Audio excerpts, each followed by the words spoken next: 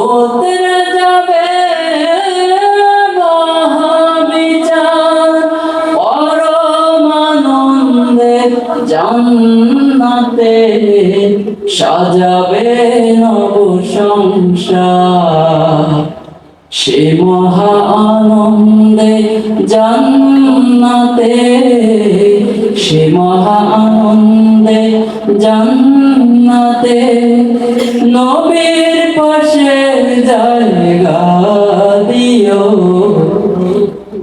মালিক তুমি জান্নাতে, তোমার কাছে আমার একটি ঘর বানিয়ে দিও,